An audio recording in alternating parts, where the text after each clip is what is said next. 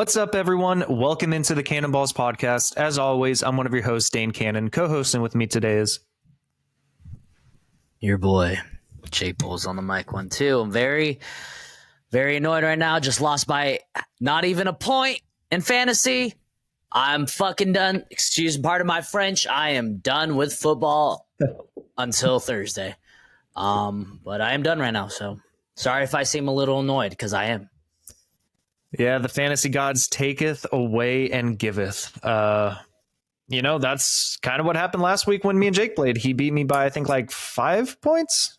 5 or maybe less than 5 points. Maybe it was like 2 points. It was 2 points. Yeah, you beat me by like very few. So close games, back-to-back weeks for Jake, ending up on both sides. But guys, we have an interesting episode for you today. It's going to be a little bit different.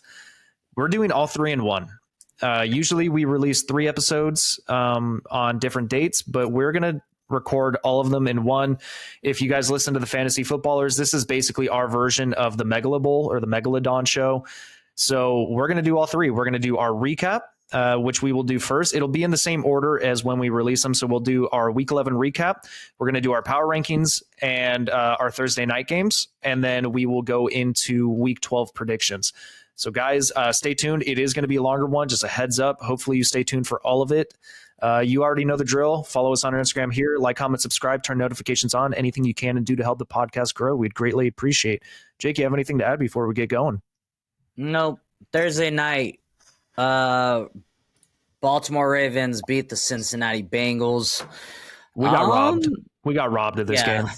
Yeah, 100%. You know, the biggest storyline, Joe Burrow got hurt in the middle of the game, and he's out for the remainder of the season. I picked the Ravens. Dane picked the Bengals, but Jake, I'm not gonna lie. You cut out the entire time. Well, I should be fine. We'll be fine. Okay. Anyways, the biggest storyline is Joe Burrow got hurt. He's going to be out the remainder of the season. Yeah, man. I'm Browning. I think his name is Browning. Yeah, Jake Browning. He didn't look that bad. I've seen a lot worse second string quarterbacks come in. But, I'm going to put a nail in the Super Bowl hopes for the Bengals this year. So am I. They were already behind the curve, even with Joe Burrow. Now without Joe Burrow, the chances are slim to none, I believe.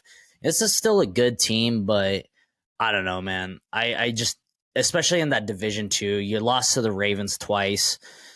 The Browns are looking like they have the best defense in the NFL, and the Steelers, they have a really good defense too. And it's just they're behind, and they're in a tough conference. Always say it. AFC is super stacked. But yeah, this was a bummer. This is a letdown of a game. Really stopped paying attention after once Joe Burrow got hurt. It was just, it was a bummer.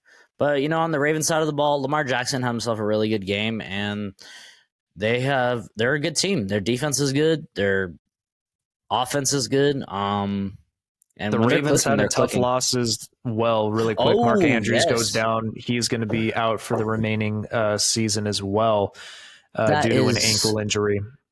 That is not 100%. There's a chance he could come back by Christmas. Small chance. I did not see that. Yeah, I wouldn't put money on it. Probably, nothing for fantasy purposes. But, we'll see if he can come back. Yeah, it's just there's a lot of injuries this week. A lot. Yeah, a lot. I think on both sides of the ball. Yeah, and I think every game had a serious injury, if I'm not mistaken. But yeah, man, good for the Ravens. They are rolling. You ready to get into Sunday games, Dane? Yeah, let's do it. All right. We'll start it out with another AFC North game. We have the Cleveland Browns beating the Pittsburgh Steelers. We both picked the Browns, and that defense is 150% legit. Myles Garrett is a freak of nature. Yep. And that's really all. This was a defensive game. Both This the was a quarterbacks. very defensive game. Yeah, I was not impressed. I mean, Dorian Thompson-Robinson, this is his second start, and he looked better than Kenny Pickett. And I don't know if it was the Cleveland Browns defense. I mean, I'm gonna give him a lot of credit. I will, but like, what are our thoughts on Kenny Pickett? What are your thoughts on Kenny Pickett? I mean, after that stat that you sent me with Kenny Pickett, it's kind of mind-boggling just to see how few multi-touchdown pass games he's had, and it's kind of alarming.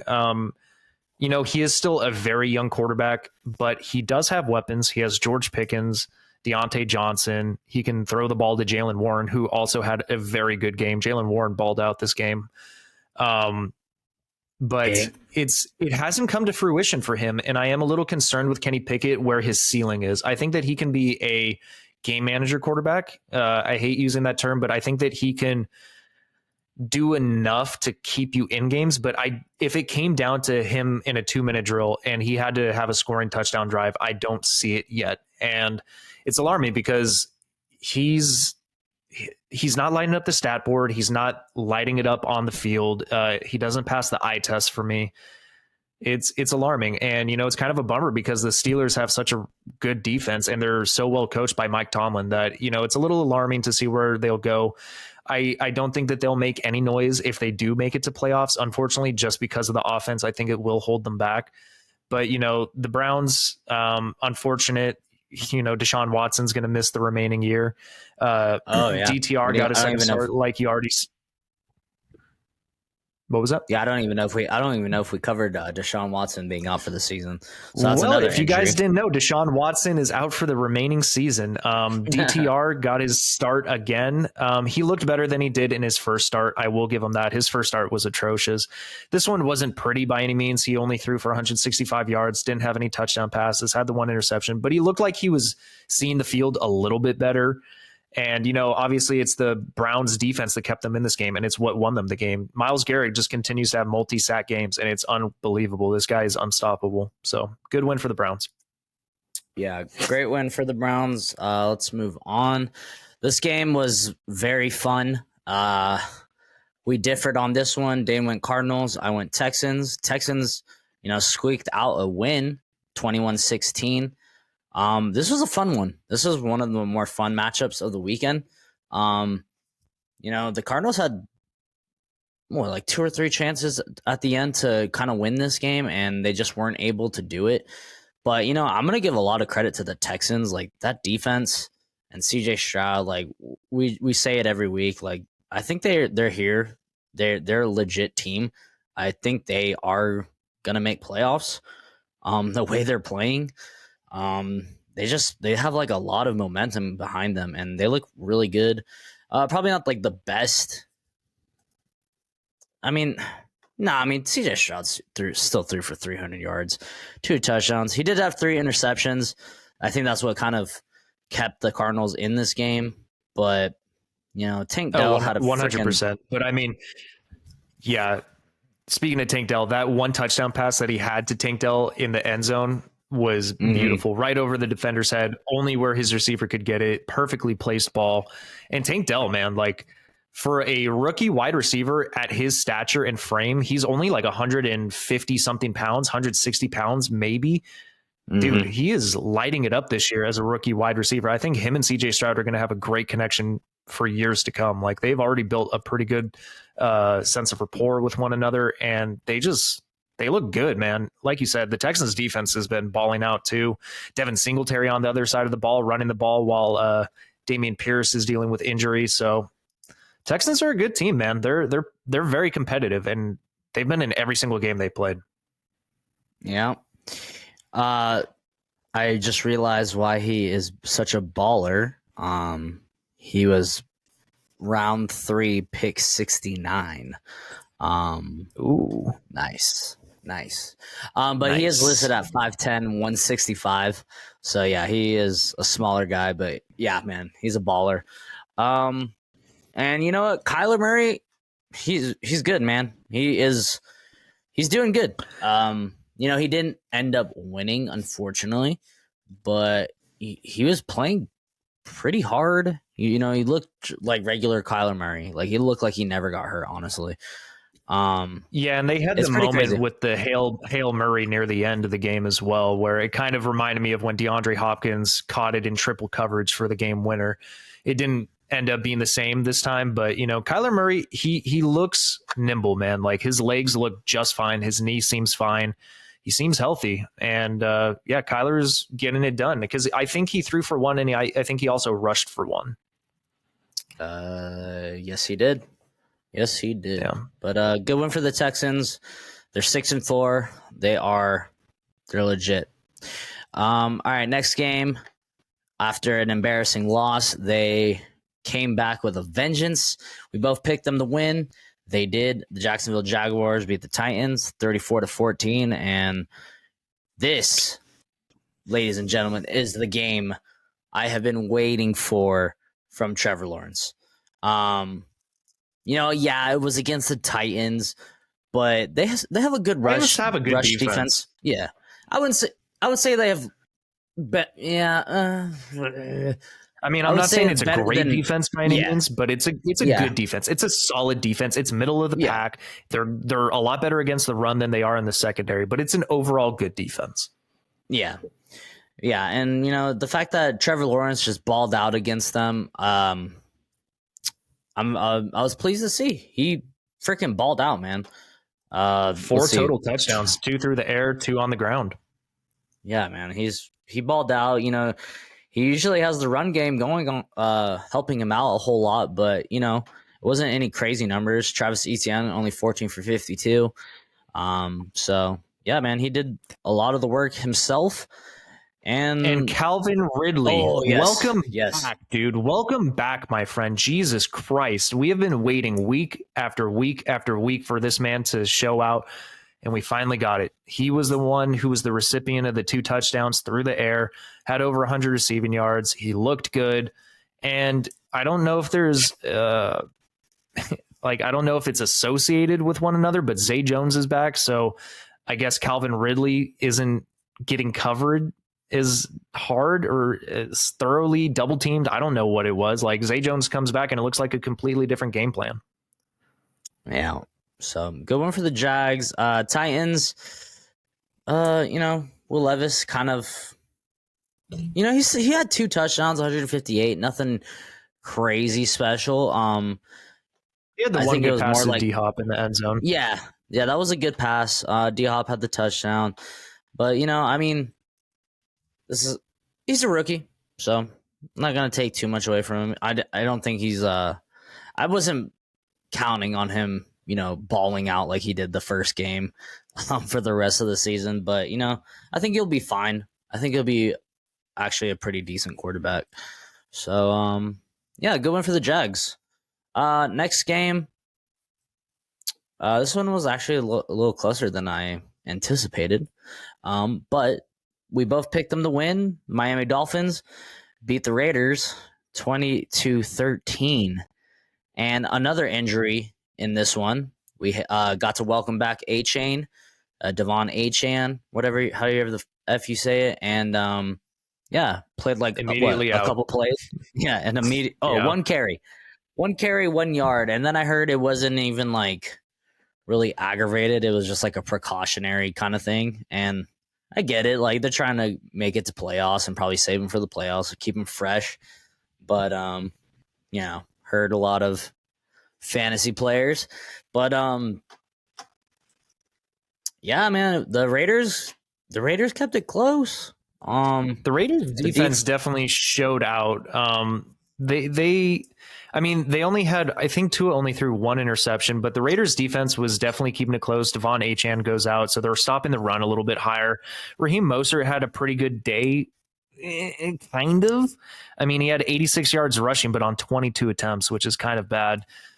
Tua had a pretty good game. You know, Tyreek Hill continues to ball out, but I think it was mostly Miami's defense. I mean, they picked off Aiden O'Connell 3 times, which is what I think was the turning point. You know, we saw that one big touchdown to Devontae Adams, thinking, all right, here come Aiden O'Connell and the Raiders making this close. You know, maybe they're going to pull this one off. And then the interceptions started piling up, the sacks started piling up, and Miami just took a hold of it. Yeah, I think they did what they were supposed to do. You know, beat a not so, even though the Raiders are kind of, you know, on a 2-game win streak, the Dolphins should have won this game. See, and this is why I have my question marks with the Dolphins. Like, you're barely beating the Raiders. I don't know. With an interim head coach and a backup quarterback. Yeah, I got to see more from the Dolphins, but regardless, they still got the dub. And they're still, you know, in playoff contention. So good job, Dolphins. This next game, we're not going to have to talk about too much. It was just a complete cream pieing, and this team does what they do. Beat, you know, sub 500 teams and smack them down. The Dallas Cowboys, we picked them to win. They did 33-10 against the Carolina Panthers. And, you know, actually, it wasn't their, like, best game on offense. Not like when they played the Giants, but their defense balled out. How many pick sixes did they have? Did they just have one? They just have one? So they had the 1 pick six, but I want to give a shout out to Deron Bland. 4 pick sixes this year. That is NFL history. I think he tied the most pick sixes in one season. So if he gets one more, he will officially have the record, I'm pretty sure. Jeez. That is very impressive. Yeah, man, this Dallas Cowboys defense is legit. I mean, like, the Cowboys are a legit team. It's just, it's kind of like the Dolphins. They haven't, every, you know, above 500 team they've played, haven't been able to beat. And they're going to get a good chance when they go up against the Eagles and, you know, the Bills or whatever. I think they have a pretty tough schedule, but I mean, they beat spoiler, they beat my number 32 team still. So I'm not super impressed or anything. I don't know about you. No, I mean, it was expected. I don't want to spend too much more time on this. You know, the Panthers offense is lackluster. Bryce Young can't get protection. He looks like a rookie quarterback out there. Adam Thielen doing okay things. Chuba Hubbard, Miles Sanders both had 50 plus yards rushing, which was okay. But yeah, they got shut down. It was just a dominating performance by the Cowboys. And we expected this. You know, the Cowboys are a good team and the Panthers are not. Tony Pollard, hey, finally got in the end zone. Good for him. Yeah, good for him. All right, next game. This one was a little bit more surprising. It was a divisional matchup, though. But we picked them to win. They did. The Detroit Lions beat the Chicago Bears 31-26. And the Bears were winning. Very surprising. Yeah, the Bears were winning. They were up 14 the entire time with 4 minutes and 30 seconds left in the game, and then they blew it. Yeah, I mean, that's what bad teams do. They blow leads. The Lions, you know, they were not playing great. Actually, Jared Goff was not playing great at all. How many picks did he have? 2? 3? 3. Oh, yeah, 3 interceptions. 3. Jared Goff was having one of those games where you thought that this was going to be a terrible game. It ended up being It was all right. I mean, 3 interceptions is not pretty. I mean, it was bad. He almost threw 3 in a row. He threw like 2 picks and I think 4 pass attempts or something like that. It was something crazy. Like the Bears defense came to play early on. And then, you know, Jared Goff kind of turned it around a little bit, started feeding Amon-Ra St. Brown, who's just an absolute monster. I mean, he didn't have like the crazy stats this game, but he still had 77-1. David Montgomery came in, did his thing. Jahmyr Gibbs being utilized in the run game and in the pass game. You know, they turned it around when they needed to. And Aiden Hutchinson, man, he's a really, really good defensive player. I mean, he's young, he's getting it going, and the Detroit Lions turned it around with 4 minutes and 30 seconds left to come back from being down 14 or whatever it was. Yeah, they needed that one, man. They would have dropped to 7-3. That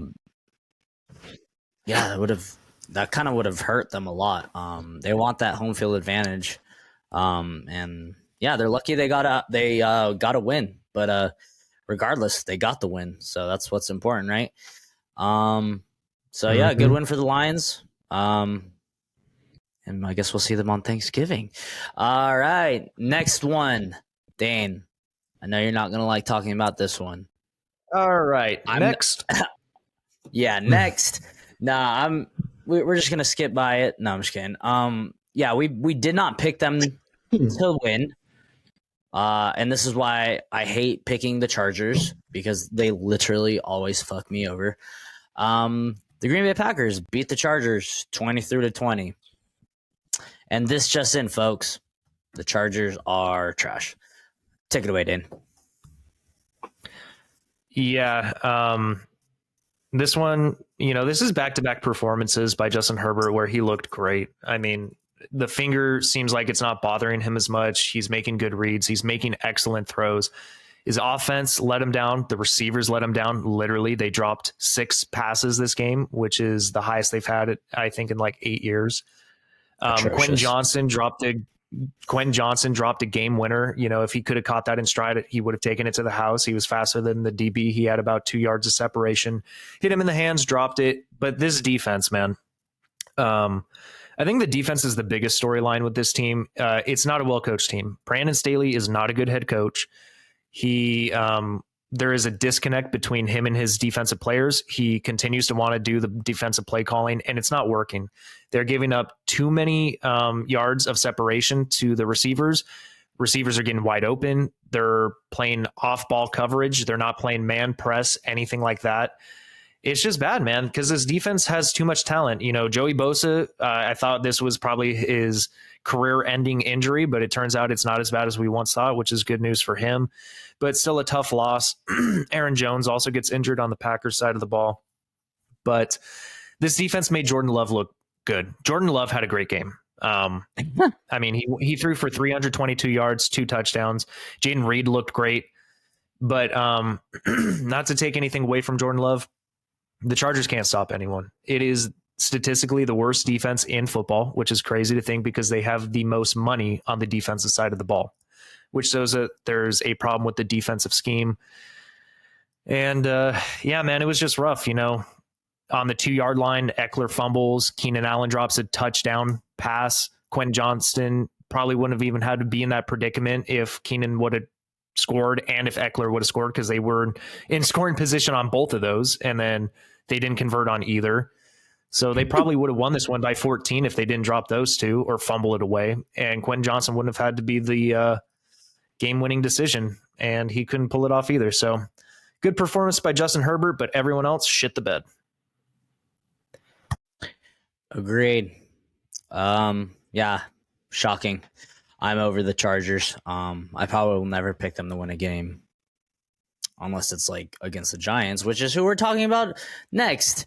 And this one was definitely shocking. Tommy DeVito, what in the freaking Dutchman shit? Yeah, already better than whatchamacallit, Kenny Pickett, Tommy DeVito. The New York Giants beat the Washington Commanders 31-19. And, this is just so Washington Commanders, like losing to the Giants like this. Like, it's just like typical Washington football team. Whatever team you want to call them, they suck. I'm not fine. Like, I'm okay with like Sam Howell. Like, he had a bad game, whatever. I think I've seen enough from him to be like, he'll be fine. But the defense is bad. The defense is really bad. To let Tommy DeVito do that with those wide receivers, yeah, jeez. I don't even want to talk about this, but I'll let you take it away, Dan. I'm not going to add too much. I mean, Washington just blew this one, and you kind of mentioned it. We had been talking about how Sam Howell has looked great this year, and you had mentioned, maybe he's going to have one of those games. It'd be typical of him to have one of these games against a team like the Giants, and lo and behold, he did. It was complete and utter dismembering by the Giants. The Giants defense balled out. He threw 3 interceptions. I mean, Saquon Barkley had himself a day, 83 on the ground, 57 and 2 through the air. Yeah, man. DeVito looked good, man. And it's kind of embarrassing to say, but good win for the Giants. This just makes Washington look soft. Yeah. Yeah, I don't get it. I think there's another injury in this. I think Darius Slayton got hurt. Not like crazy serious, but something to monitor. But yeah, I guess good win for the Giants. All right, next game we'll talk about my boys. We picked them to win. They did. They beat the Tampa Bay Buccaneers 27-14, and Brock Purdy is him. Brock Purdy is really good. He is the second quarterback in 49ers history to post a perfect passer rating. He threw for over 300 yards. He had 3 touchdowns. Brandon Ayuk had a freaking baller of a game. Christian McCaffrey had a baller of a game. George Kittle, Deebo Samuel mixed it in there. And the defense got after it. The Bucs kind of made it a little bit closer towards the end, but the 49ers prevailed. And really it was not. Oh, the biggest takeaway, another big takeaway, another injury. 49ers just lost Talanoa Hufanga to injury. Pretty bum. Yeah, so that one sucks. I think they'll be fine, honestly. Like, I don't think much is going to change. They still have that front. They still have the linebackers, still have the corners. Like, in that defense, I feel like safety is probably the least important position. But you know what? We get to see Jair Brown come in and he had an interception. He looked good. Yeah. Had a couple pass breakups and everything. He came in and did his job. Yeah, so I was impressed by him and the plays he made. So but other than that, I mean, I really don't. It was kind of a boring game to watch. So I don't really have super big takeaways from this game. I mean, do you have any, Dane? No, I mean, the 49ers dominated. They really did. The defense has had back-to-back weeks now where they look like the old 49ers defense that we're used to. They had a little rough patch in the 3-game losing streak, but they look back. They look great. Steve Wilkes, that's his name, right? Steve Wilkes? Yeah. He's turned it around, which is good. And after the bye, this is kind of what Jake and I predicted, that they were going to turn around, and they have 180%. They totally flipped it. Baker Mayfield didn't look great. Had the interception. Rachaad White looked pretty decent in the running and pass game, but other than that, they couldn't get too much going. It was just a complete dismemberment of the Tampa Bay Buccaneers. They were driving, they kept it competitive for a little bit, but then the 49ers just took the game away. So good win for the 49ers. One last thing. Brock Purdy now owns the longest touchdown play in the season this year. 76-yard pass to Brandon Ayuk, and that means we can no longer say Brock Purdy is just dink and dunk. I never thought he was a dink and dunk. I think he actually airs it out. And yeah, it was right on the money, man. That play, if you haven't seen it, it was a beautiful pass. Like, hit Brandon Ayuk in stride, right in the breadbasket. It was just a beautiful pass, man, and a beautiful catch. So yeah, good win for the 49ers. They're 7-3 now. All right, next game. This one we won't have too much to talk about, but we picked them to win, I believe. Yes, we did. We did pick Buffalo. Yes. Yeah, so the Buffalo Bills cream pied the New York Jets 32-6. And honestly, I am impressed with this win just because the fact that the Jets defense is legit. Like, the Jets defense is, the heart and soul of that team. Granted, the offense can't sustain any drives. So, they're probably just running on E. But, regardless, the Bills did that, put 32 points on in my opinion, the top 5 defense. And I was impressed. I was impressed. This gives me a little bit of hope for the Bills. They still have a long way to go. I don't know if we discussed it, but the Bills did fire Ken Dorsey. So they were with what's his name, James Brown or something like that. Do you remember the new I'm OC's not sure name? to be. I'm not sure to be honest, but I will look it up for you. Right on, thank you. But yeah, I mean, I think they have a lot of work to go, but this is definitely something they can hang their hat on, in my opinion. Joe Brady. Joe Brady, thank you, John Brady. But you know, Zach Wilson did get benched in this game, and I think he's now the third string quarterback on the depth chart. Yeah, so you know, I said it last year. I was done with Zach Wilson, and I think the Jets are finally done with Zach Wilson. I think they sign a quarterback, or that was another team. Yeah, they haven't signed anyone. Yeah, so you know, well, they're 4-6 now, and the season's pretty much over. It's cooked. Yeah. So, what did you think of the win for the Bills? Like, were you impressed by it? I was. I thought it was a dominant performance. I think the Bills' defense played phenomenal, but then again, it's against the Jets' putrid offense and quarterback play. But I think Josh Allen, this is kind of what we expect him to look like, and he had a really good game. You know, he was dishing it out, especially against a good defensive secondary, good defensive front. So it was good to see Josh Allen have kind of like a bounce back game, especially because he had a couple weeks where he just did not look great. So yeah, good one.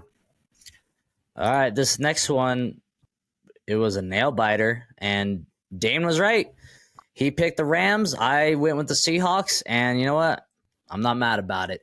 The Rams beat the Seahawks 17-16, and you know, it was an okay game. Matthew Stafford, I mean, it was better than freaking Brett Rypien, I'll say that.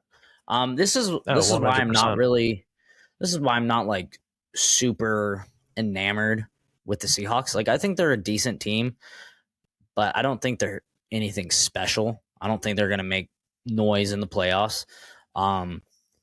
So, but you know, good win for the Rams. Couple of takeaways. Kenneth Walker, oblique injury. He might be out next week. I don't know. He's kind of day to day. Geno Smith, he has an elbow injury. So we'll see if he plays Thursday. And Cooper Kupp. A lot of injuries in this one. Cooper Kupp rolled his ankle or whatever. So he's day to day. But, you know, the Rams found a way to win, and I am not mad about it at all. Yeah, I think the Rams won this game because of their defense. Their defense was playing really, really well. I don't know what to say, man. Like, their run defense has been really good. Aaron Donald, Byron Young from Tennessee, their rookie, he's been playing really well. Their secondary played well, and they kept them in this game. They were down for a good portion of this game. I think that they were down until the fourth quarter, and then LA outscored them 10-0 in the fourth. And it was a good performance. Puka Nacua ended up having like the last minutes, you know, touchdown that, you know, sealed the deal basically. And it was a good win for the Rams. You know, they played off of the defensive performance. So good win for them. Dude, look at this stat line for Darrell Henderson. 6 for 1 yard, 1 touchdown, and his longest run was 4 yards. What in the fuck? Yeah. That is hilarious. That's hilarious. I love that. I love that. Yeah, but that's thank you, Rams. Wonky. Yeah. Thank you, Rams. You know, you gave us a 1 game lead against the Seahawks, and we get to play them next. So hopefully we can 2-0 skunk them. All right. Sunday night. This one was pretty interesting. I had a feeling. I went with the Broncos. Dane went with the Vikings. And the Broncos pulled it out, man. They pulled it off. This was a pretty good game. Well, it was close, I would say. I'll say it was a close game. But the Broncos got it was a game-winning field goal at the end, or was it a touchdown? I forget. Damn. I know Cortland Sutton had the late minute touchdown, but I think they sealed the deal with a field goal. I'm trying to remember. It was It was a touchdown. Yeah, it was the Cortland Sutton touchdown. And then Right on. the Minnesota Vikings turned it over on down. Yep. Right on, man. I mean, this is the Broncos defense we expected last year. This is kind of what we expected from Russell Wilson. I mean, he's playing a lot better. He's not like lighting the world on fire. 100%. Yeah. I mean, he's not lighting the world on fire. Like, he doesn't look like, Super Bowl prime time Russell Wilson, but he's not turning the ball over. He's, able to rush the ball, and he's getting the ball to his playmaker. So, and he's got a good coach and a good defense. So, I mean, how many games in a row, like, have they won? I think 5? this is their 4th game in a row. I think it's their 4th. They were 1-5. Now they're 5-5. Dude, I mean, both of these teams have been on a roll, and I'm, either way, both of these teams played hard, and congratulations to the Broncos. What do you think, Dane? Yeah, I thought it was a good game. I really did. It was a good mix of defense and offense in there. The Broncos defense stepped up when they needed to. The Vikings defense stepped up when they needed to.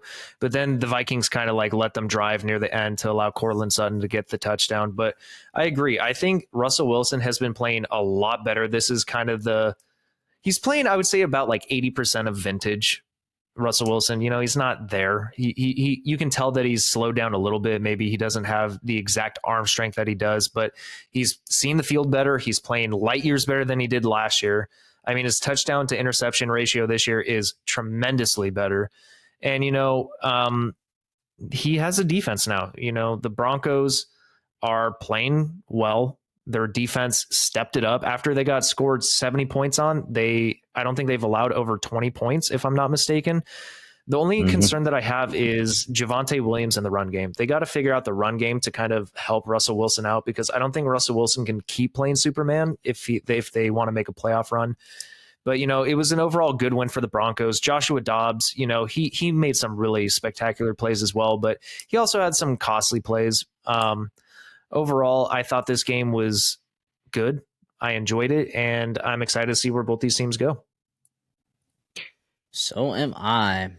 All right, and now we're to Monday night. I should have went with my original pick, unfortunately. Well, I mean, our pick was looking good for a while. But the Eagles beat the Chiefs in Arrowhead, 21-17, and holy crap, dude. Like, the Chiefs defense looked so good the first half. Really, like the first 3 quarters. Jalen Hurts looked terrible. Like the whole, I'm not even gonna say just Jalen Hurts. That entire team looked terrible.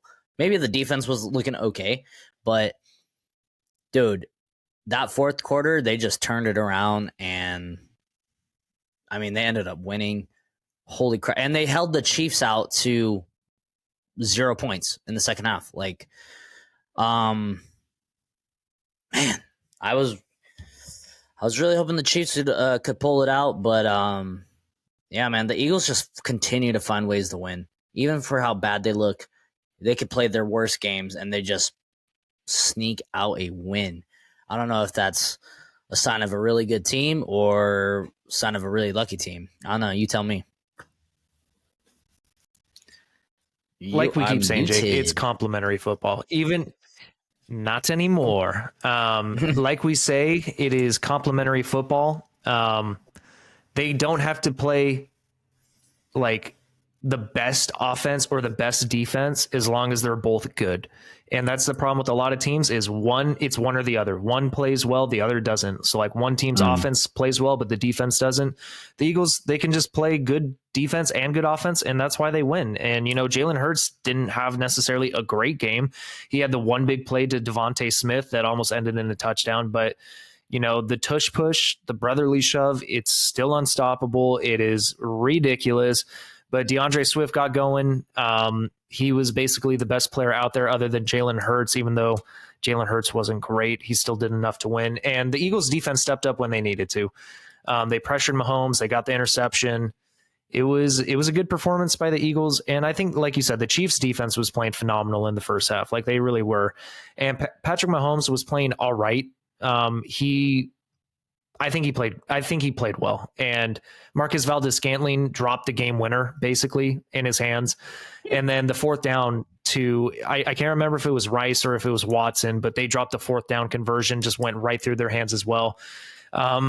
Looked like I was watching Quentin Johnson out there in a Chiefs uniform. It was unfortunate, but I'll take it because, I'm not a big fan of the Chiefs as they are a division rival. So good win for the Philadelphia Eagles. Yeah, I mean, shit, they're 9-1 now. Yeah. They have a firm grasp on this playoff race, man. Probably end up with the number 1 seed unless, they still have a tough schedule. I'm not gonna lie, but the way this team is built, they can beat anybody.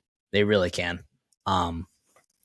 Yeah, agreed. So good win for the Eagles, I guess. That it was week 11, and you ready to get on to the next segment, Dane, of this freaking giant episode that we're gonna do? Let's do it. All right, yeah, guys, this is a mix and match. It is all included. We are going to be moving on to Week 12 power rankings. Whenever you are ready, Jake. All right, we're going to kind of just breeze by these. We just talked about the game, so we don't have to talk too much about, the previous I'm not going to lie. Game. Yeah. Yeah, can you hear me? Yeah, I can hear you. I'm not gonna lie. My teams 9 through 1, they all stayed the same because they all won except for one team, but I didn't want to move them. So, spoiler alert: 9 through 1 are the exact same as last week. Well, I have some. Well, my teams 6 through 1 are the same. I have some changes in my top 10. But okay. 32 through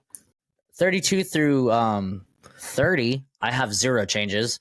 I'm just going to give you in rapid order. I got the 1-10 Panthers at 32. I got the 3-8 Giants. Even though they won, I still think they're a fucking terrible team. And then I got the 2-8 Patriots at 30. So there you go, folks. My bottom 3. Who was your 30 team, Jake? Sorry, you cut out. I got the Panthers, Giants, and then the Patriots. Okay, so for me, I'll do 32 through 30 as well. 32, I have the Carolina Panthers. 31, moving down 1 spot, even though they were on a bye, just because of where the other teams were. I have New England. I have them dropping 1 spot to 31. 30, I have Arizona dropping 2 spots. And yeah. Tough loss for Arizona, even though they looked pretty decent. Damn. All right, so at 29, dropping down 1 spot, I have the Chicago Bears. I got Chicago Bears. They're 3-8. They did get Justin Fields back. They almost won, but this is still a pretty rough team. Maybe they can win a couple more with Justin Fields now, but I don't know. I don't even know if Justin Fields is the answer for them. So, yeah, Chicago Bears. All right. At 29 for me, moving up 3 spots. Good win. Surprising win. I have the New York Giants. I still think that they're a terrible team. I just think that it's Washington's defense that just kind of has not performed to expectations by any means. Washington's defense got obliterated by Danny DeVito's cousin or whatever, Tommy DeVito. Saquon Barkley looked good, but yeah, Giants still a bottom tier team. 29 New York Giants. I like it. I like the joke. I like Danny DeVito. All right, at 28, moving down 1 spot, I have the 2-8 Cardinals. They almost won. I think with Kyler, I think this team is gonna play upset. And they almost did. So you better bring your A game when you play the Cardinals. Even though they have a bad defense, statistically, I think they still play super hard. And I think they're gonna play some spoiler to teams that don't come prepared. So Cardinals at 28. 28 for me. This is where I have Chicago. I have them moving down 2 spots. They looked great through 3.5 quarters. It was only the last couple minutes of the game where they really blew it and kind of fell to shambles. But, I think that there is some promise with the defense. The defense has looked a lot better overall the last 5 weeks. But Justin Fields, it's his first game back. I wasn't expecting anything. He still had the one good touchdown to DJ Moore, but I don't know if Justin Fields is the answer either, but they still looked good for a majority of the game. So Chicago at 28. All right. At 27, dropping one spot, I have the Tennessee Titans. They are 3-8 now. Granted, I think I have the Titans at 27 as well. Hell yeah, boy. So I like the move of moving on to Will Levis. I think that's probably the best thing about their season. I kind of wish they traded Derrick Henry. They probably could have acquired maybe a second-round pick for him, maybe a third. I don't know. I think this team is going to just start rebuilding. But I do like the move to start Will Levis and really just plan for the future because you got to get him reps. All right. Yeah, I'm in the same boat. Defense is pretty decent, but it's not extraordinary. And Will Levis is going to go through his growing pains. So, 27 for Tennessee, moving down 2 for me. All right. Moving up one spot, I have the Green Bay Packers at 4-6. I have Green Bay at 26 also. Jesus, stop muting yourself. I have to keep coughing. I'm sorry. Oh, okay. Well, then continue muting yourself. I'm not impressed with Green Bay at all. I'm not impressed with Jordan Love, but they beat the Chargers, man. And I want to believe in the Chargers so bad. I do. I love Justin Herbert, but I don't know if the Chargers are just complete frauds. So, good win for the Packers. I'll just say that. It was a good win. So, they shut down that run game. That's for sure. Yeah, the Packers looked good against the worst defense in the NFL. I'll give them that. The defense stepped up, but I will say that the Chargers kind of handed this one to them. And I'm not just trying to be like a Chargers defender because I'm a Chargers fan, but let's think about it. If they wouldn't have fumbled on the 2, if they would have scored there, if they wouldn't have dropped a touchdown pass to Keenan Allen, and if Quentin Johnson wouldn't have dropped a pass, they shot themselves in the foot. The Chargers would have won that game if they didn't shoot themselves in the foot, but they chargered. So, Green Bay, it was a good win. Jordan Love, I will say this was his best performance, so good for them. Chargers gonna charger. All right. They are. Oh, so that's 2 in a row that we have the same. Cool. Yes. All right, so at 25, dropping one spot, I have the 4-6 Bucks. I still like what they've done this year. Let's rewind to our preseason rankings. I had this team at 31, right? And I think you had them at 32, and something like that. Yeah, and I think overall, I think this is a win of a season for them. I think they kind of if they want to roll with Baker, I think they're probably more than comfortable doing it. They could probably had a shot of winning against the 49ers. I mean, they were within 2 scores, so they got weapons. They got a pretty decent defense. Good. That's good. Or they have players. Let's say that. Vita Vea, it's still the skeleton there. I said that last week. They had the skeleton of a Super Bowl team. I mean, that was 2 years ago. So, I think overall, it's an overall positive for the Bucks this year. Yeah, I agree. Just to clarify, I just looked back. I had the Bucks ranked 30 to start week 1, so a little bit higher, but not by much. At 25 for me, this is where I have the Washington Commanders. That was an ugly loss. That was probably one of the worst losses I've seen. They got blown away by a quarterback whose mom still makes his bed, which is embarrassing. Washington's defense is atrocious. Sam Howell had a bad game. So, Washington moving down 2 spots to 25. All right. 24. This team just keeps sliding, and I can't just bank on the defense anymore because they suck. 24, I have the New York Jets dropping 3 spots. They're 4-6. They can't piece together a win or winning streak. Zach Wilson sucks cock. Sorry. I just don't. I don't know if he even is a career backup. I honestly do not think a team will. They've seen enough. Like, I think the NFL has seen enough of Zach Wilson. But yeah, I mean, they suck. They're a bad team. The offensive line is terrible, and their best player on offense, or one of their best players, can't get it going because the offensive line is garbage. And there's only so much the defense can do. So they need to figure it out for next year because this year is over. Yeah, I agree. I don't even think Aaron Rodgers is going to play. Like, I know that he was talking about coming back mid-December, but if they keep losing, he's not going to want to come back for what? For not even to make the playoffs? It doesn't make sense. But yeah, at 24 for me, staying put because of the bye week, I have the Atlanta Falcons. All right, and that's who I have at 23, staying put. All right. 23 for me. This is where I have Tampa. I moved them down one spot. Like you said, they have the skeleton. They still are a shell of their former selves. Like, they can still make plays. Baker is still, I think, having a good game or a good year. I think Baker has done a really good job. Mike Evans looks good. Chris Godwin gets utilized in key moments when they need to. Rashad White's looked better than expected, in my opinion, but they just can't piece together wins consistently. So I'm moving them down one spot to 23. All right.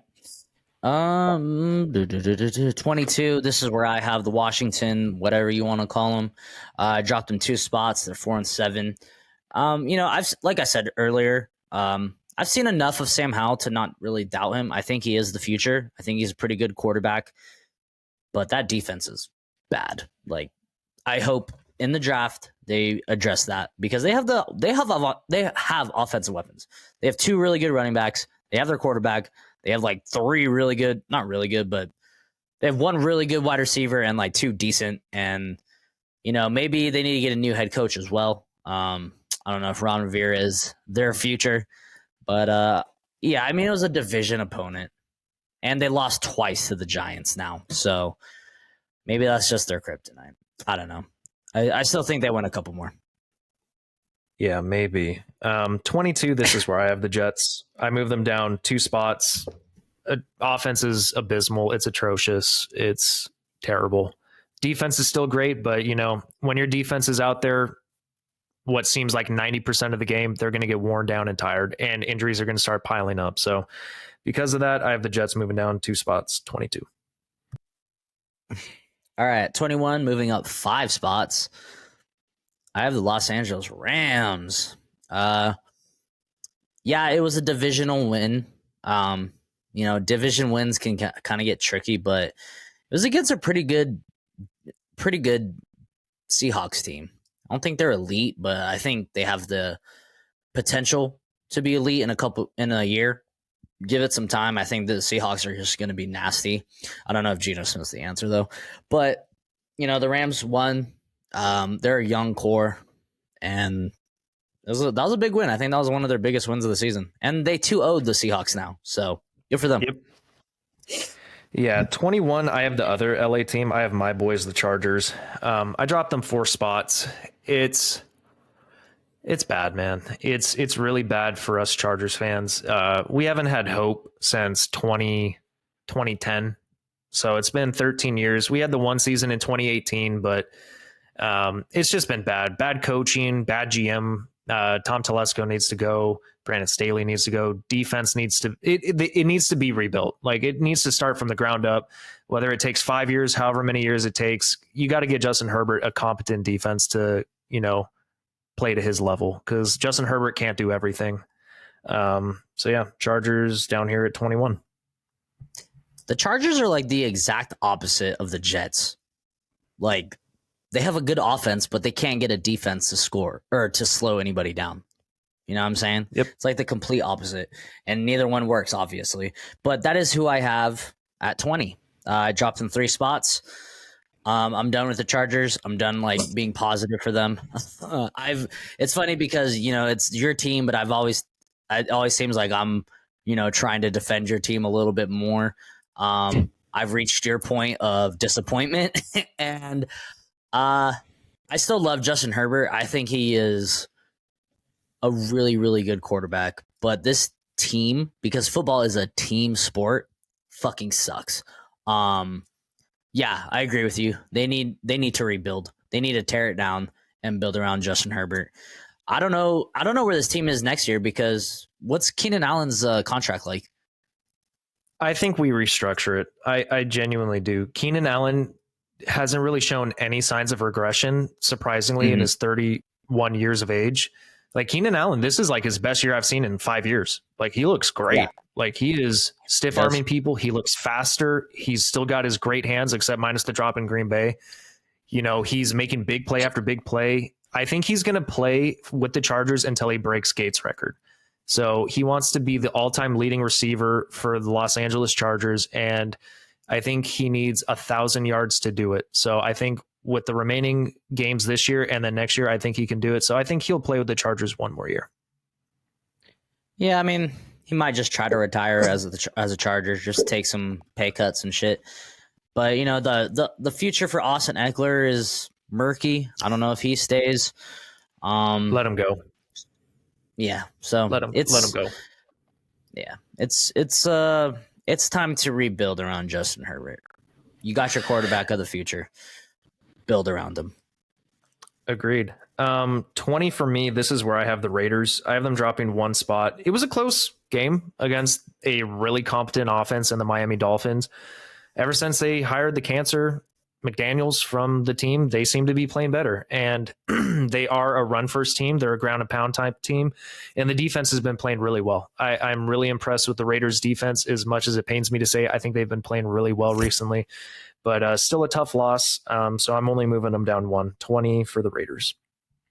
And that is who I have at 19, dropping one spot. Yeah, I mean, they had a rookie quarterback who, you know, wasn't really prolific in college or anything. So it's kind of expected, but to be in a game with the Miami Dolphins, who are a high powered offense, I was impressed with that defense as well. So yeah, Raiders at 19. 19 for me. This is where I have the Los Angeles Rams, one of my biggest risers. Even though their record isn't indicative of how good that they've been playing, they're only a 4-win team, but I think I dropped them a little bit when Stafford was out. And I think now that Stafford's back, knock some of the rust off. I don't think that he's going to be playing extremely well, but he's definitely going to be better than Rippin 100%. So I think the Rams I think they could possibly win a couple more games. And this defense has been playing really well. Even though Cooper Kupp's out, I really like Puka Nacua. He's been balling out. So Rams at 19, moving up 8. I like it. A little high for my blood, but I still like it. All right, at 18, moving up one spot, they're on bye. I have the Colts. So do I. All right. Yeah. All right. One of my tied for my biggest risers, along with the Rams also. At 17, moving up 5 spots, I have the 5-5 Broncos. Yeah. I mean, this is a good team on paper. They just couldn't piece it together. They have the quarterback. They have a good running back. Actually, they have 2 good running backs. They have good wide receivers. They have the Hall of Fame head coach. They have a good defensive players. Like, they're a good team. They just couldn't figure things out, and they couldn't piece together wins. They're finally figuring it out. And, yeah, man, I mean, this defense was top 5 last year. If they can continue this and start playing like they did last year, and that's why, and that's another thing. I know Miami put on that 70 burger on them, so their stats are going to be hella inflated. Like they might end up being like the 25th ranked defense, but they're not playing like it. So I think the Broncos can make a push. I kind of do. I would not want to play the Broncos. Let's just say that. I'm in the same boat. At 17 for me though, dropping 2 spots, tough loss. They could have won this game. I have the Minnesota Vikings.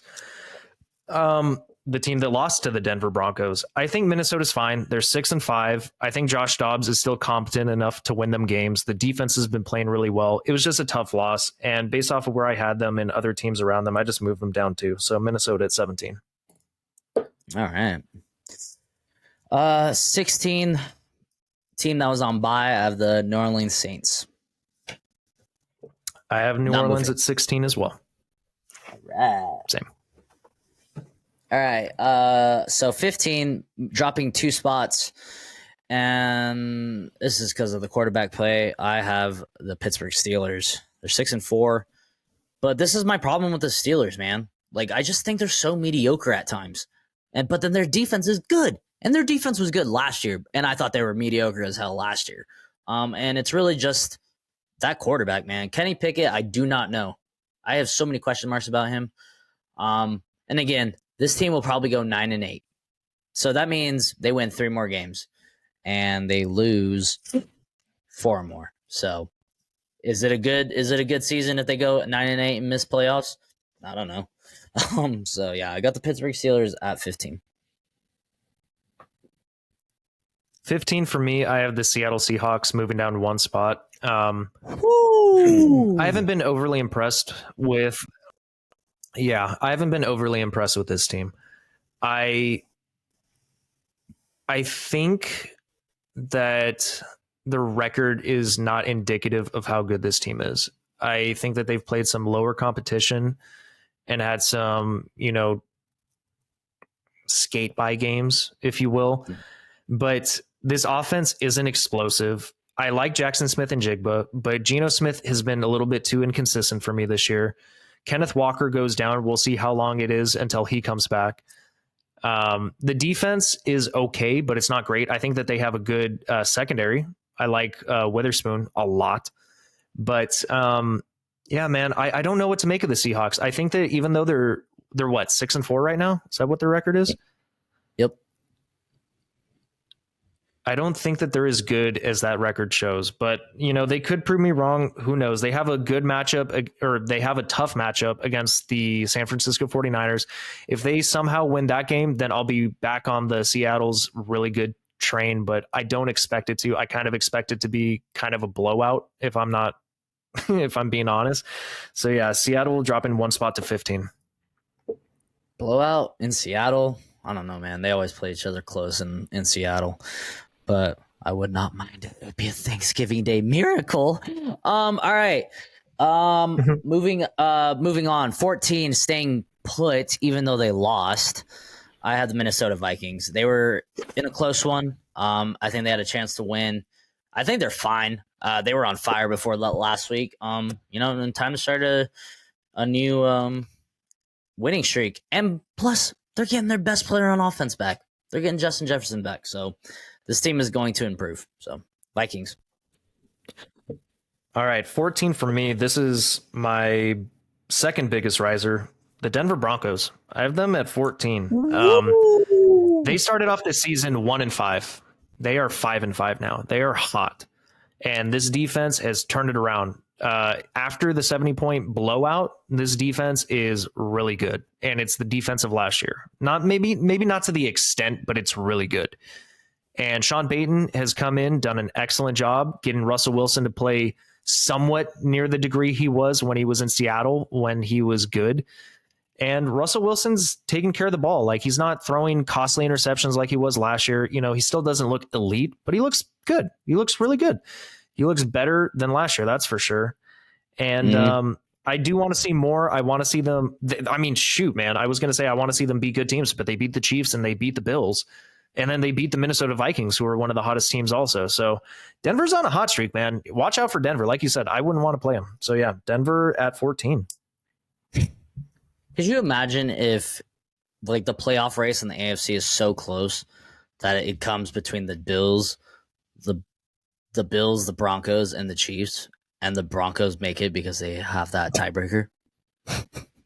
I would nut. That would be crazy. All right. 13, moving up 2 spots. I was impressed by their win. I got the Buffalo Bills. They beat a really good defense. Yes, they have a lot of work to do. I'm not going to get super carried away with the Bills. They have been so on and off this year. But that was a really good defense that they just destroyed. So I think they can build off it. Bills at, was that 13? Yeah, Bills at 13. Yeah, 13 for me. 13 for me. This is where I have Pittsburgh. Close game against Cleveland, but they went up against DTR and the Cleveland offense that's also without Nick Chubb. But the Pittsburgh's defense looks great. I am very concerned about Kenny Pickett in this offense. I don't know if it's going to be able to win them games, but the defense is really good. They still have a winning record. They're 6-4. It's kind of weird. Like Pittsburgh and Seattle are very similar to me. I trust Seattle's offense a little bit more, but I also trust Pittsburgh's defense a little bit more. So you could intermingle them, you could intertwine them, you could change them out, whatever you want to do. But yeah, Pittsburgh at 13 for me. It's a good comparison. I like that. All right, so this one maybe it'll shock people. I don't know. I just, when you lose your quarterback, who's, one of the best quarterbacks, I just don't think you're going to be as good. I have the Bengals dropping 5 spots to number 12. I have the Bengals at 12 as well. How many spots did you have them dropping? I only dropped them 2. Oh, okay. Well, still, hell yeah, we got them at number 12. I'm not crazy. I will say this. I said it earlier. I think Jake Browning did okay. Like, he wasn't super garbage. Zach Wilson is garbage. Brett Ripien was garbage. Bagent or whatever, he has looked pretty bad. I've seen some bad quarterback play this year, and he wasn't that bad. I think, this is such a good team. He got the defense, he got the weapons. I wouldn't be surprised if he wins a couple games. I just don't think they're going to make playoffs. I wouldn't bank on it. I wouldn't count on it. And yeah, so give me your reasons, Dane. I can't see this team making too much noise with the backup quarterback. I mean, they still have a great receiving core. Tyler Boyd is kind of stepped in admirably when T. Higgins is out. They still have Jamar Chase. They still have Joe Mixon. The defense is still good. It's not elite, but it's good. It's just going to come down to quarterback play, and I need to see more from their backup quarterback before I'm willing to say that they still have a chance to make playoffs. They were my Super Bowl pick, but with Joe Burrow out, they are definitely not my Super Bowl pick anymore. But I still think that they deserve to be in the top 15. They're still a good team. It's just going to come down to offense. It's going to come down to if they can score points with the backup quarterback. So yeah, Cincinnati at 12. Right on. All right, at 11, dropping 3 spots, I have the 6-4 Seahawks. I agree with you. I haven't been impressed with them. I think they're a good team. They have players all over the board, but they're also kind of young. You got Jackson Smith, you got Kenneth Walker, who's hurt now. You got Zach Charbonnet. Let's see if he can carry. I think he'll be fine as the lead back. He's huge. But the defense, I was scared for on the offseason, and it hasn't come to fruition. It's not elite. The secondary is pretty scary, but if you're a running team, they can't stop you. And then Geno Smith, he kind of went back to old Geno Smith, unfortunately. I do like Geno. I'm not just hating on him because he's a Seahawk now. But he doesn't look like what he did last year, and it's kind of hurting them. I think they'll make playoffs just because the NFC is a little bit weaker. But they'll probably be a wild card team. All right. 11 for me. This is where I have the Bills.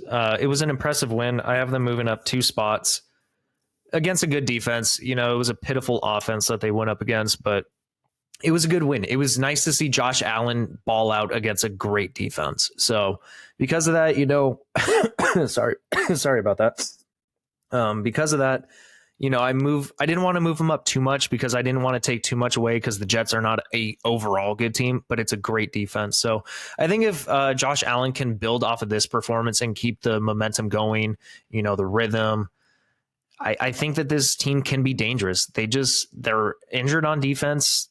They have playmakers on offense. They just need to piece it together game by game. And this is a Bills team that has made it to the AFC Championship and the divisional round the last however many years. So it's a good team. They definitely are well coached. So yeah, I think Buffalo will be fine overall, but they have to keep the momentum going. Buffalo at 11. All right. At 10, staying put, I have the Miami Dolphins. They barely beat the Raiders. And you guys know my opinions on the Dolphins if you've been paying attention to this podcast. They haven't beaten anybody. I need to see them beat a good team. And they barely beat the Raiders. So, yeah, Dolphins at 10. At 10 for me, which I'm surprised you have them higher, which is kind of awesome. I mean, I could have had them higher, but I have the Houston Texans. Yeah. They look great, man. Houston, even when CJ Stroud has 3 interceptions, they still win. He still has really good plays, like really big time throws, really big time plays. Tank Dell looks great. The running game with Singletary, even with Dameon Pierce out, looks great. And the defense is the storyline. They're a young team, and D'Amico Ryan just has this team well coached and playing hard. So because of that, I have Houston moving up 2 spots to 10. All right.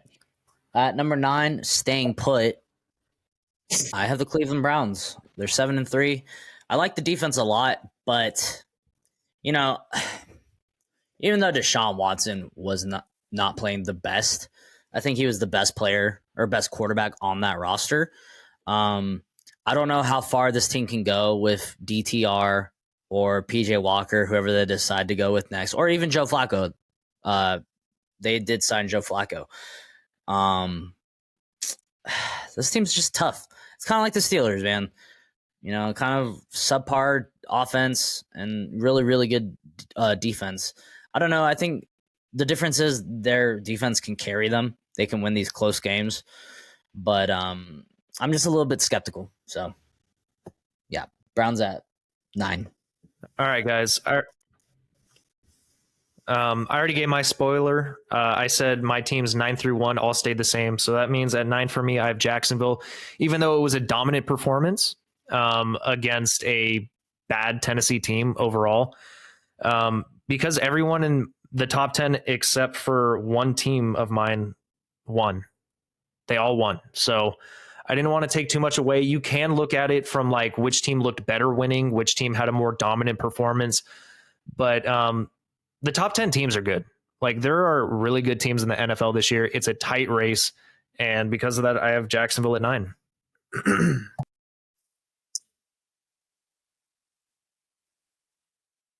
All right. This first appearance in the top 10. I have the Houston Texans at number 8, moving up 4 spots. You know, this is a high-powered offense, man. And it's a good defense. I was completely wrong on the Texans. I think I said at the beginning, I was like, I don't think this is a playoff team. I think you said they might be a borderline playoff team. And, you know, I was really just skeptical on CJ Stroud, but he made me eat my own words. He put a sock in my mouth and said, shove it, dude. You don't know shit about football. He's a baller. He plays for the convicted. His coach, I love his coach, D'Amico Ryans. He's got a good run game. He's got good weapons all over the place. You are such a piece of shit. He's got the power of God, I can't believe he's got the power of the convicted on his side. But you know, this is a fun team to watch. I'm actually really rooting for them. I hope they upset the Jags just because it would be funny. I hope they take that division. I don't know right now they're a playoff team. It's gonna get harder later in the year, but I'm rooting for them. So Texans. Yeah, man, I like it. 8 for me, Baltimore staying put. They beat a Bengals team without Joe Burrow. I don't want to take too much away from it. Bengals at 8, or Baltimore at 8, excuse me. That's pretty low, I think, for the Ravens. Even before when they looked really good. I know they beat a banged up Bengals team. I had Baltimore at 2 week. Yeah, I had Baltimore ranked second in week 10, and then I dropped them 6 spots week 11. Who did they lose to week 11 again? It was wasn't it the Browns? Yeah, it was the Browns.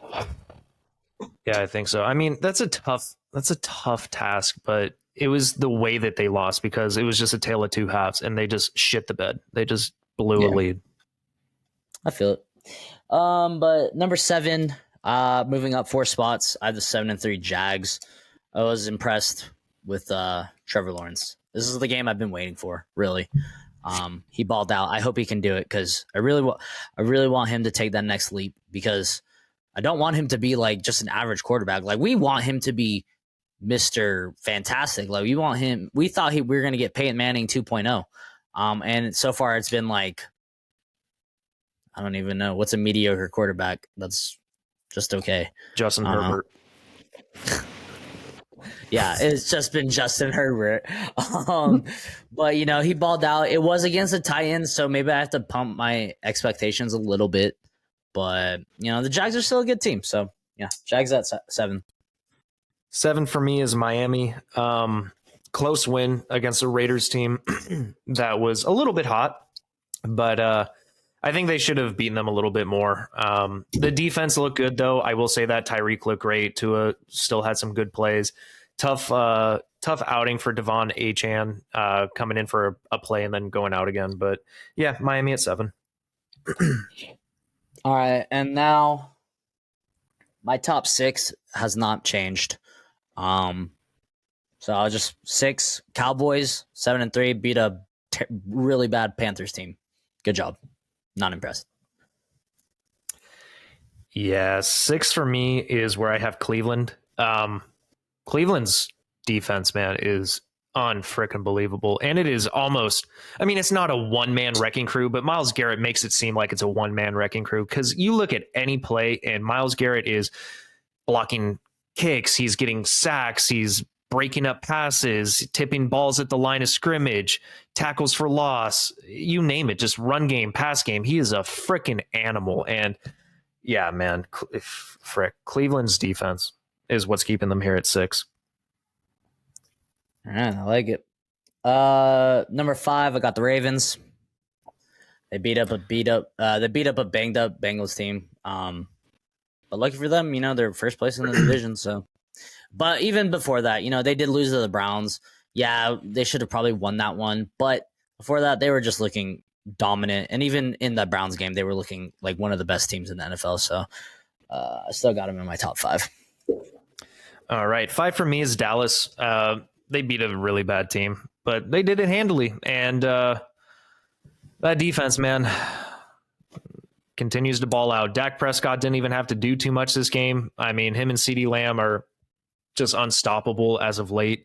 But that defense, it's really good. We'll see when they play a really good team, though. So TBD, Dallas at 5. All right. Number 4, I got my boys 49ers.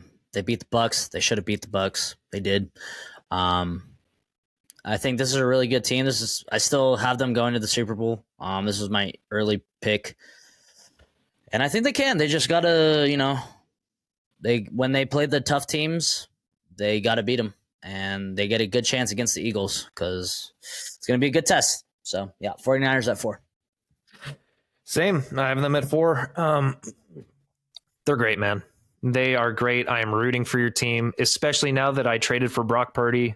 BCB is on my team, and I could not be happier. I love the 49ers, and I love it for you, man, because, I try and live vicariously through you since I haven't had a winning franchise in however many years. So it's good that one of us gets to have a winning team, and since you're my best friend, they're one of my teams also. So 49ers at 4. You got Oregon. You still got Oregon. I do have Oregon. I do have Oregon. I have something. Hey, we can't have it all. Pac-12 championship, right. baby. Yep.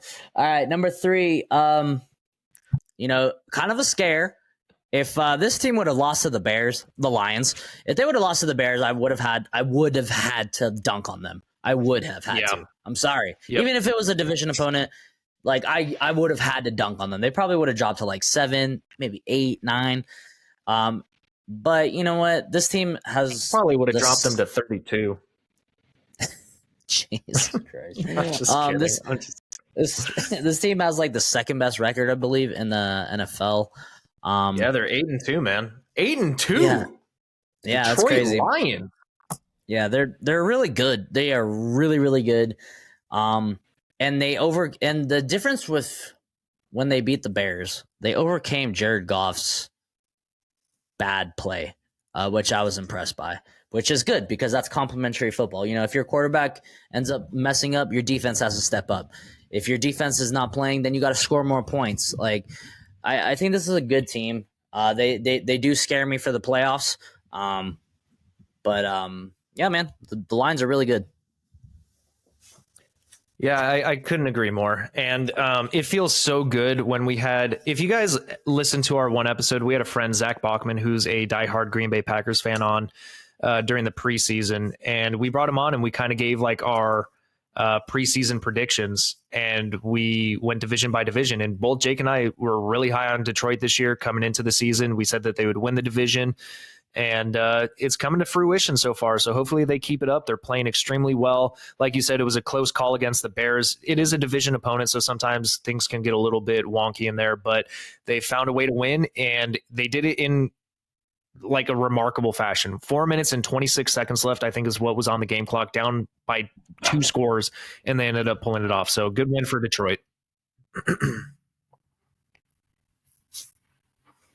Sorry about that. My dogs are going crazy. But for number 2, even though they lost, I got the Kansas City Chiefs. They got the best quarterback in the NFL. Granted, he didn't look that great in the second half of that Eagles game, but they're still a good team. And the defense, like, I haven't really analyzed the defense of the Chiefs a whole lot, but what they did to the Eagles was very impressive, at least for, 3/4 of that game. I think this team is fine. And the fact that you give Patrick Mahomes a good defense, wow. I would be scared. Yeah. I didn't drop Kansas City. I kept them at 2. I think that they probably should have won that game, if I'm being completely honest, as much as I hate them. They dropped a touchdown, Marquez Valdes-Scantling. They dropped a 4th down conversion. And like you said, the defense played really well, except for a big play that went to Devontae Smith. And, they had a little bit more of a difficult time stopping the run than we're used to seeing, but that's the Philadelphia Eagles offensive line. They're one of the best in the NFL, if not the best. And it was an overall good game. I still saw enough from the Chiefs. I think maybe the inclement weather played a little bit of a factor in the receiving game for them, but you can't make excuses for them. They're a good team. They need to pull those catches down. And I think the Chiefs are fine. Even though they're 7-3, they're still one of the best teams in the NFL. I agree, and that means we both have the Eagles at 9-1. They have the best record in the NFL. And like I said earlier, for how bad this team can play, they find ways to win. And, it's either they're really good or they're very lucky. But I think they're just a really good team. Yeah, they're the best team when it comes to playing complementary football. They may not be the best offense or the best defense, but they both play well, and that's why they keep winning. They're well coached as well, and they have talent all over the field. So, yeah, Philadelphia at number 1. And guys, that means we are on the last section of the episode. Typically we do the Thursday night games in our power rankings, but since it's an all-in-one, this is our Monster Mash or whatever the hell you want to call it, our Megala Bowl, as the fantasy footballers say. We're on to week 12 of the 2023 season. Kind of crazy that it's already week 12. We are getting kind of close to the end. It's kind of scary to think we're getting near there already. We're almost in December football, which is crazy to think about. But we have 3 games. It's Thanksgiving week, my favorite time of the year, to be perfectly honest with you. So we have 3 games to cover on Thursday. Jake, let's start whenever you are ready. All right. So for week 12, actually, let me just change something real quick. Week 12 predictions. Yes, I agree. I love Thanksgiving. I mean, it's like you have football all day, but it's only 3 games. So you can really just pay attention. Like 3 primetime games in one day. Whoo-wee! Perfection. And drinking, wine, good food, mimosas, beer, family, no presents, no money. What more could you ask for? hot pussy. Oh, Jesus Christ. Flag. Who gives a fuck? Nobody watches this shit. All right, so all right, so we got Thursday night football. We'll start it off with the 9:30 game. Of course, you always got the Detroit Lions. And you know what? It's about time they are good playing on Thanksgiving. The Detroit Lions are home for the Green Bay Packers. Give me the Detroit Lions. I mean, it's Thanksgiving. It's prime time. It's at home. They're a great team. The Packers are not. I think it's hard to go against the Lions here. Yeah, I'm going Lions as well. Based off of one thing, they are not the Los Angeles Chargers. This defense is not going to give up 23 points to Jordan Love. Jordan Love had a I'm serious, man. Jordan Love had an outlier game because he played the worst defense in the NFL. I think the Packers defense can slow down the Detroit Lions from scoring a lot of points, but I don't see them winning. Give me Detroit. All right. Next game. Another divisional matchup. Oh, it's all 3 division matchups. Wow, I like that.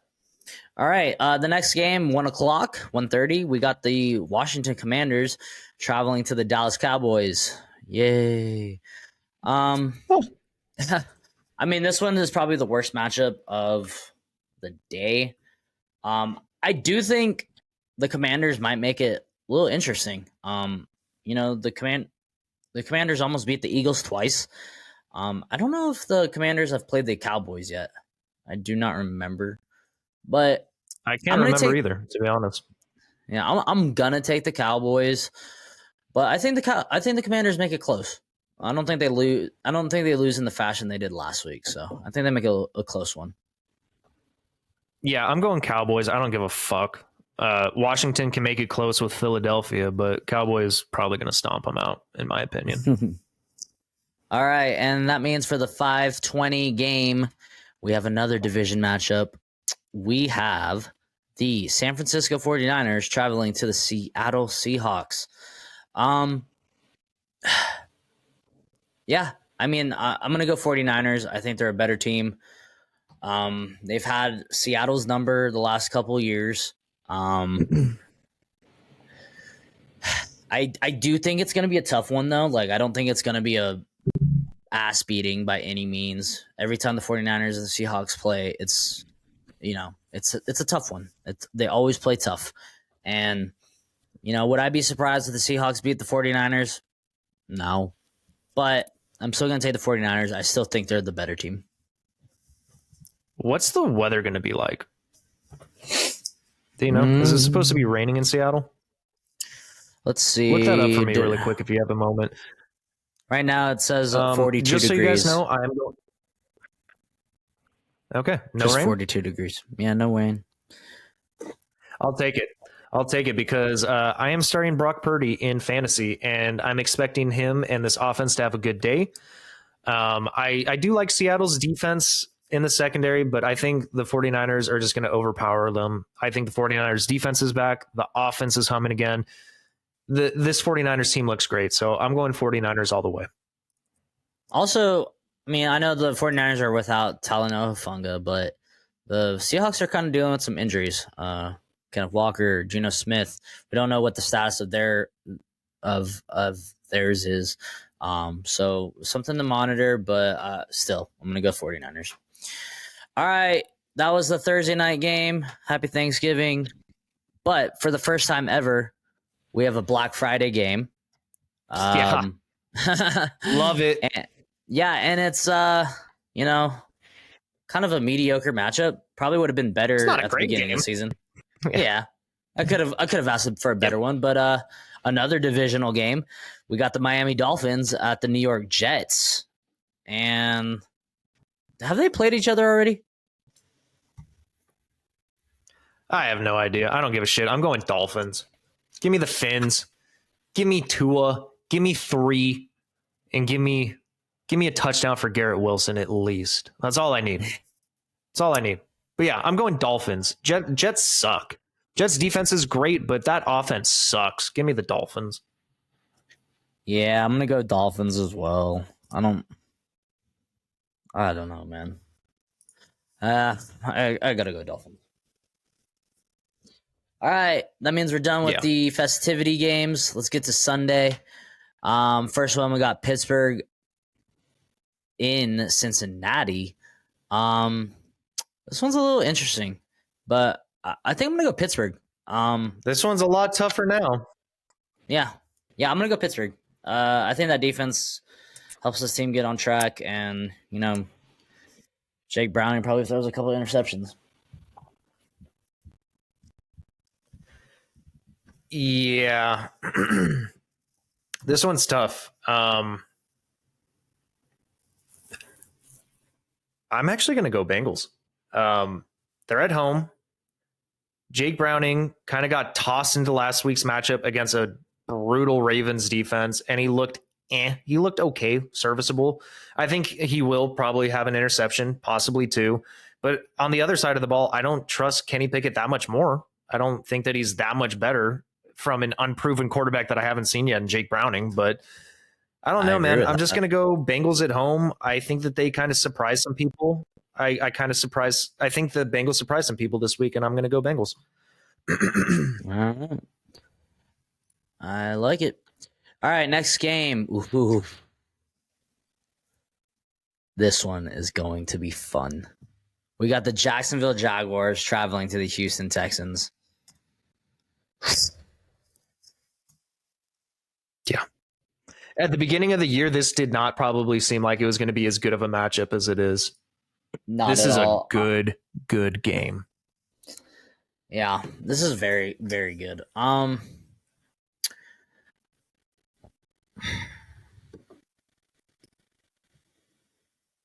gonna go Texans. Home field advantage. Yeah. I'm gonna go Texans. Like it. I don't know. I'm a believer right now. They're last year's Detroit Lions. I think they trade at least. I don't know if they win this one, but I think they still have to play the Jags one more time. And if I remember correctly, shit, I don't know. But yeah, I'm gonna take Texans here. What's crazy is Houston has been pretty good at trading with Jacksonville, even when Houston's only won like one or two games. Like their one or two games has typically been against the Jaguars once. I'm on board with you, man. I'm going to ride the hot hand. I mean, the Jags were piping hot before they lost to the 49ers, but Houston's at home. It's a division game. It's going to be tough, man. I'm going Houston with you. I'm going to ride with you. Hell yeah. Let's ride. All right, next game. We got a interconference Southern Division matchup. We got the Tampa Bay Buccaneers traveling to the Indianapolis Colts. Ooh. This one's tough. Yeah. Who do you got, Dane? I went first in the last couple ones. This one's really tough because Indianapolis is coming off of a bye. The Buccaneers are coming off a pretty tough game against the 49ers, and it's in Indianapolis. I do like Baker, and I do like the Bucs defense, but I'm going to go Colts. I think they edge this one out in a nail biter. I think it'll be by like 3 points or less, but I'm going to go with the home team. Give me the Colts.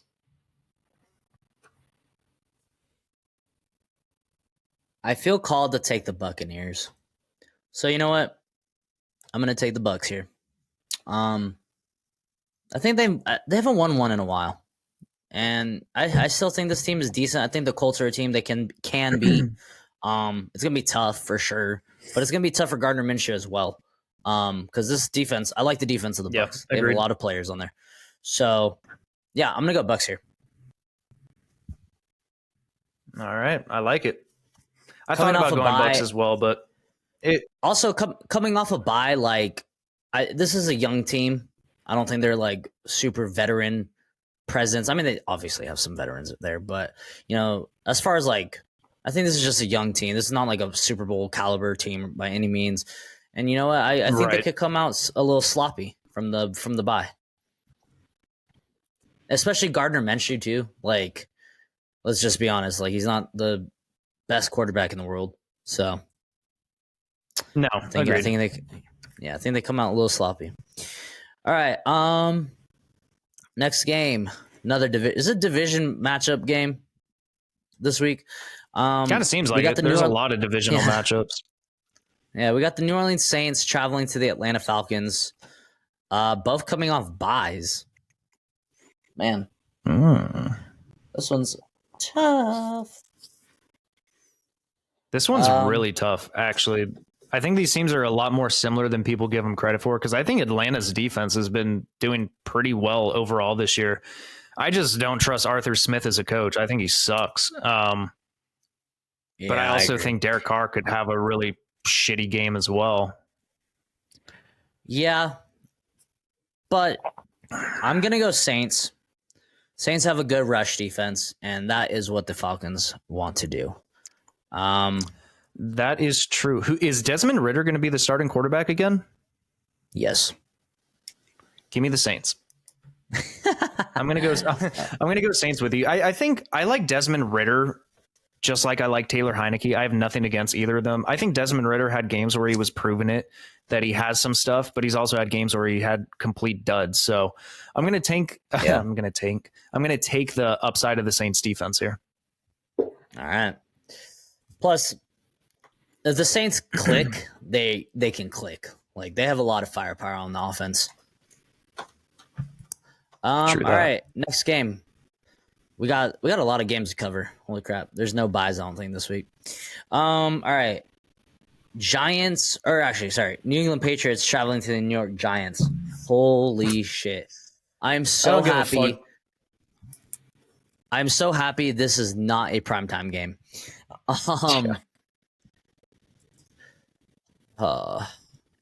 Give me the Patriots. I don't care how bad they are. I do not see Tommy DeVito going and doing that to a Bill Belichick defense. As bad as the Patriots are, I think that this defense is going to just pick apart DeVito. I really do. And that's not, I don't know, man. The Patriots are a bad team, but their defense is better than it's average. It's an average defense. It's a lot better than Washington's defense. So yeah, give me the Patriots. Yeah, I'm gonna agree with you. Give me the Patriots. I can't trust DeVito. All right, next game. We got the Carolina Panthers traveling to the Tennessee Titans. Give me the Tennessee Titans. Yep. I'm on board with the Titans as well. They're a much better team at home. I don't think they've won a road game this year, but they look good at home. And they still have a good rush defense. And I don't think Bryce Young's going to be able to do enough through the air. I trust Will Levis more than I trust Bryce Young at this point. So yeah, give me the Titans. All right. Next game, we got the Los Angeles Rams traveling to the Arizona Cardinals. This one will actually be pretty fun. And a couple things. The Rams are getting Kyron Williams back, so they're going to have that run game going. I almost want to take the Cardinals just because I like Kyler. I don't know. I kind of like his story right now. But damn, I almost want to go Cardinals. You know what? Fuck it. I'm going to trust my instincts. I'm going Cardinals here. I think they win at home. Yeah, man. Shoot. I'm in a similar boat. Cardinals kind of let me down last week, though. But I think Houston's a better team than the Rams. I do think the Rams' run defense is solid, but now that they're not relying on a third-string quarterback in Clayton Tune, they have Kyler. He can get out of pocket. I think Michael Wilson should be back as well. Rondell Moore's still there. Hollywood Brown could get going. I'm going to go Cardinals with you. I think that it is a close one. I mean, it's going to be close. These two teams are very similar now that Kyler's back, in my opinion. Like, I think they're on more equal playing fields. So, yeah, give me the Cardinals at home. All right. Went with the upset. I like it. Next game, we got the Cleveland Browns traveling to the Denver Broncos. This one is tough. Man, dude. Both these defenses have been playing really good. Yeah. But the difference is the Cleveland Browns do not have offense. They do not have offense. While I think the Broncos have been playing a lot better. You know what? I'm going to go Broncos. I'm going Broncos here. Oh, shit. Wow. Yeah. I mean, shoot, man. The Broncos have won 4 straight. They are at home, and it's DTR. But, man, I could really see Myles Garrett scoring 14 points for this team. I could see him strip sacking Russell Wilson twice. I really could. I'm going to go Browns. Ooh. Myles Garrett against Mike McGlinchey is probably a recipe for disaster. I'm going Browns. You know what? I'm just gonna stick with my pick. I don't know why. I just been backing the Broncos. Yeah, I'm following my heart here. Yeah, I'm gonna go Browns. I think the Browns defense is what wins them this game. I think the Browns defense could score 2 touchdowns. I really do. And I don't think it's because Russell Wilson's been playing bad. I just think that, like you said, the matchup between Myles Garrett and McGlinchey is not a good one.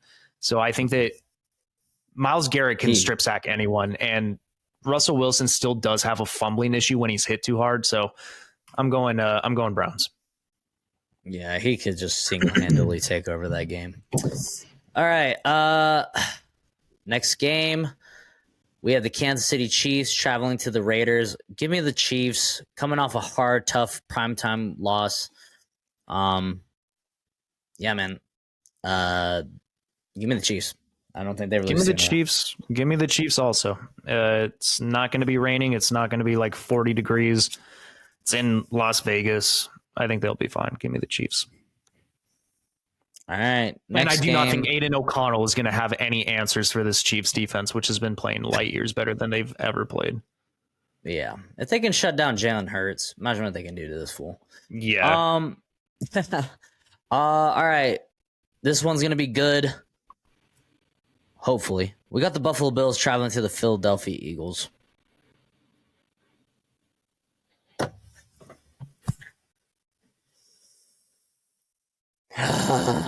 This one's tough, man.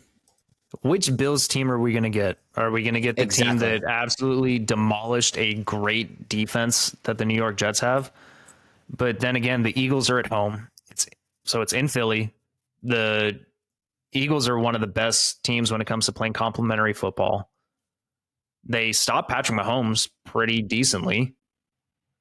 This is tough, man. The Bills' defense is also banged up. Yeah, the Bills, they do not have the defense the Chiefs have. I think if Josh Allen and company decide to show up, I think they can definitely keep pace with the Eagles. But, if I were to take the Bills, and I'm going to be completely honest here, if I were to pick the Bills to win, it's because I want them to win. Yeah. I don't think they win. I'm taking the Eagles. Yeah, I'm going to go Eagles as well. I can't. I'm going to go Eagles as well. It's been too inconsistent with the Bills this year. Like, it's been up and down. Yeah. I know that they just fired their offensive coordinator. Maybe that did have something to it contributed a little bit, but I know the offensive coordinator wasn't in there when the special teams had 12 men on the field for a game losing field goal against the Denver Broncos. He wasn't the reason Josh Allen threw 3 interceptions or fumbled the ball a bunch. So I'm going Eagles. Yeah. I really want the Bills to win, but golly, man. I can't see it happening. All right, primetime, your boys. We got the Ravens travel. Yeah. Give me the fucking Ravens. Jesus Christ. 38-17. I will say this. The Ravens, Lamar can have a bad game. I don't see it happening, but I've seen him have bad games. And I've seen his wide receivers drop multiple, passes and all this stuff and kind of end up costing him the game. I don't think it could happen. I think the Ravens do win this one. They are a better team, hands down. 100%. Every step of the way, they are a better team. Actually, you know what? I'll say I like Justin Herbert a little bit more as a quarterback. As far as passing the ball, I think Lamar is a better athlete. And 100%. But the run game is better with the Ravens. The O-line is better with the Ravens. The defense is better with the Ravens. Coaching. Yeah, everything's better with the Ravens. And I mean, Dude, if Jordan Love can put up 300 plus yards on the Chargers defense, Lamar Jackson could have like a career day. Like, let's be real. Yep. All right, Monday night, we got the Chicago Bears traveling to Minnesota. This one could be interesting. It's a division matchup. Justin Fields is back. You know, the Minnesota Vikings coming off a loss. It is at home, though. But you know what? I'm gonna still go with the Vikings here. Yeah, it's kind of interesting. I mean, if the Bears team that played Detroit this last week shows up, this could be a tougher matchup for the Vikings than people may think. Granted, Justin Jefferson should be back this week, I believe. And if he is, I'm going to go Vikings. I mean, even without him, I think they can do enough with Jordan Addison, the ground game. And the Vikings defense has been playing really well also. And Justin Fields is going to have a pretty tough task ahead of him. So yeah, give me the Vikings. All right. There it is. Guys, we finished under 2 hours, 3 episodes worth of content. Hell yeah. Might have to do this more often. I don't know. Yeah, we're 45 minutes is pretty long. Yeah, it was a hefty episode, but hopefully you guys stuck through. You know, we're not going to be releasing multiple episodes throughout the week. We'll probably release this on Wednesday, I would assume. Yeah, Wednesday. We'll do Wednesday. Just because we have the Thursday night games in here as well, and plus we also have like the Week 11 recap and all that stuff. But guys, thank you for listening. If you are still here, you already know the drill. Follow us on our Instagram, like, comment, subscribe, turn notifications on. Anything you can to do to help the podcast grow, we'd greatly appreciate. Thank you for listening. We hope you had a happy Thanksgiving, safe holidays, whatever. Hope you gained 10 pounds. But thanks for listening. And as always, peace.